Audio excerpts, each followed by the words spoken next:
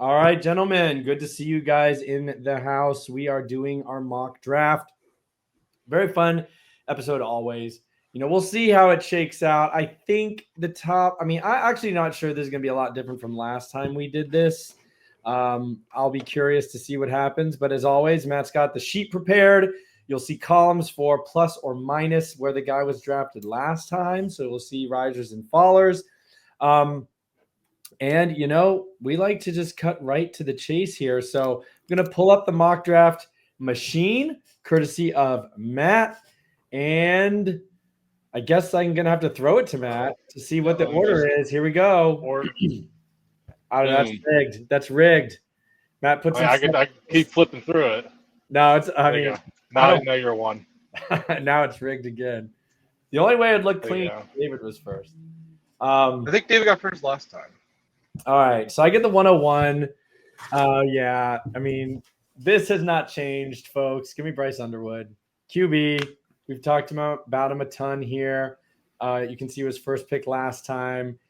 As far as the class goes, I mean, he's got everything you want. And even as far as multiple classes go, looking back over the last 3 years, I would say I think only like DJ Lagway is kind of comparable in terms of star index, and Bryce Underwood, I believe, comes in even higher than Lagway did. So it's pretty slam dunk. It seems like he's even better as a senior. So the LSU prospect, all systems go. Matt, you've got the 102. All right, I actually am going to change things up a little bit here, and I'm going Deuce Knight instead of Tavian St. Clair as a QB2 for now. I think it's a combination of two things. One, Deuce Knight continuing to just look even more improved, continuing that really good momentum he had going through the summer. He's had a really, really good season, really cleaned things up compared to last year. And along with that, Tavian just hasn't had that big wow of a senior season, I think, as well. I think David also brought up some issues he saw a couple weeks ago, watching some full game tape of him. So that and him already being not as high as a physical specimen as Deuce Knight as well. I feel like they're very close right now, but I think I would probably lean Deuce at the moment. I like that. I mean, I think on this show we have no problem shooting for upside. I feel like that's the way to go because so many players bust. There's no playing it safe. That doesn't really even exist. So you might as well go for the elite upside. I think Deuce Knight has that, but certainly the highest he has gone in any of our mocks. David, 103. I'll actually go with Keelan Russell here over St. Clair as well. Yeah, like you'd mentioned, I've just been cooling on St. Clair a bit after I watched a full game of him. Maybe it's reactionary. Maybe I'm a weak-minded prisoner of the moment. But Keelan Russell I don't know. He's Kadam Durham moved on to LSU, and a lot of the offense has just been on his shoulders, and he's averaging like 100 more passing yards per game. Yeah, his yards per carry is up from 5.5 to 8.8, something like that. He's just been uber efficient. Has played one of the hardest schedules in the country, showed out against St. Francis Academy, which I think is like a top 2 to 3 defense in the country. His pocket presence, the whole deal. He's 80th percentile in our model currently. I just think he's going to show up to the combine 205 pounds. He'll probably be close to 90th percentile when it's all said and done. But I think he's a gamer. I like what he hit. I like him between the ears. And so I'm going to go with him, and I like the landing spot also. So, yeah, you can't. I mean, the DeBoer offense is fantastic. I like it. Again, yeah, these quarterbacks are starting to creep up over the guys who have been sitting there all season long.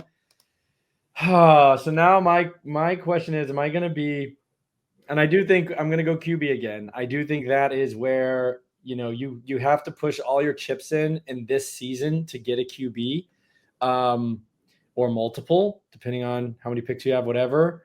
Am I a slave to star index, or do I go quote unquote safer and do St. Clair? I think I'm going to take Tavian St. Clair here. I know I just said there's no sense in playing it safe. I'm just not super confident in the other guy I was looking at to be elite, even though Star Index is there and he's a good player. I think St. Clair is still very good. I think he's going to be very good at Ohio State, at least on the college side. I think he's going to be pretty good. I agree with you. There seems to be a little bit of a wow factor missing from his game. So he doesn't strike me as the guy. I'm not nearly as excited about him as the top 3 you've got there, but I just think that's a fine pick here at number 4. All right, back to Matt. All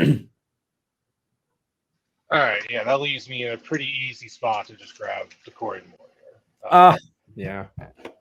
Yeah, I mean, minus 3 spots. I mean, he hasn't moved for us, I think, at all in terms of how good we think he is. He's lived up to that this senior year. Easily the best wide receiver in this class. I doubt you'll find anybody saying he hasn't.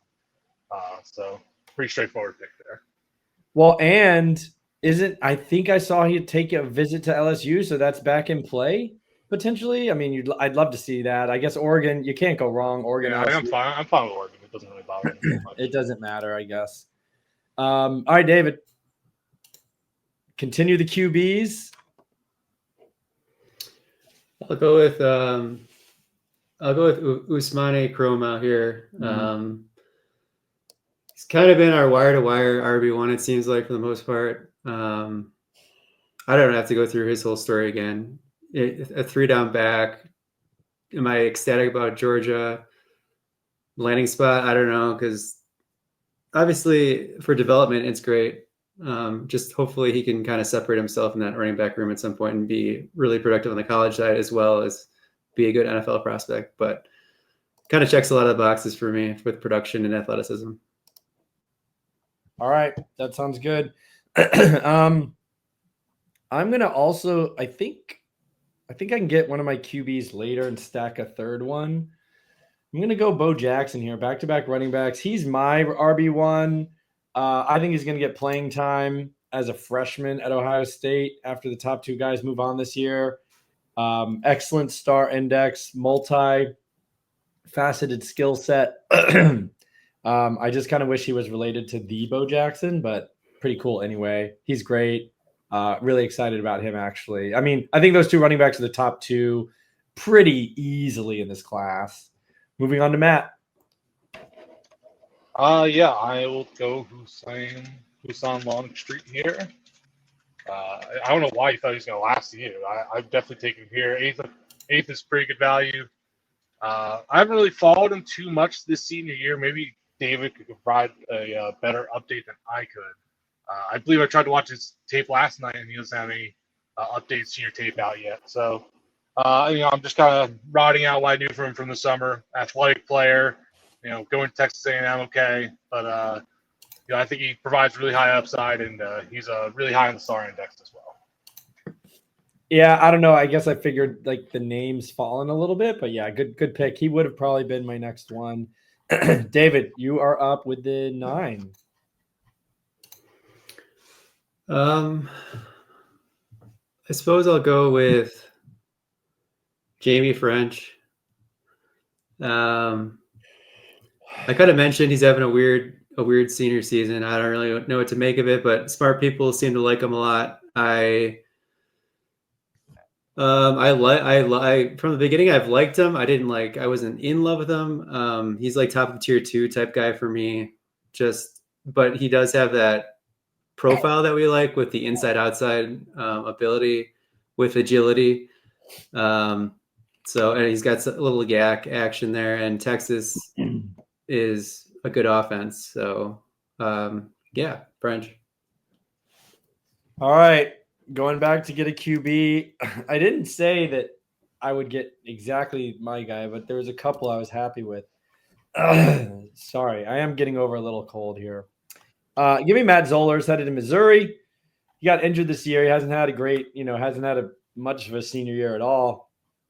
But star index, that's what I mean. Slave to star index. I mean, I just can't deny he's 96 star index and, pretty fast. I think he can contribute on the ground. I don't think he's going to be a superstar on the ground, but I think he can chip in. Big arm, multi-sport guy, athletic enough. pretty interested in what Matt Zollers can do. Feel like it's a pretty good here at the end of the first round. Matt.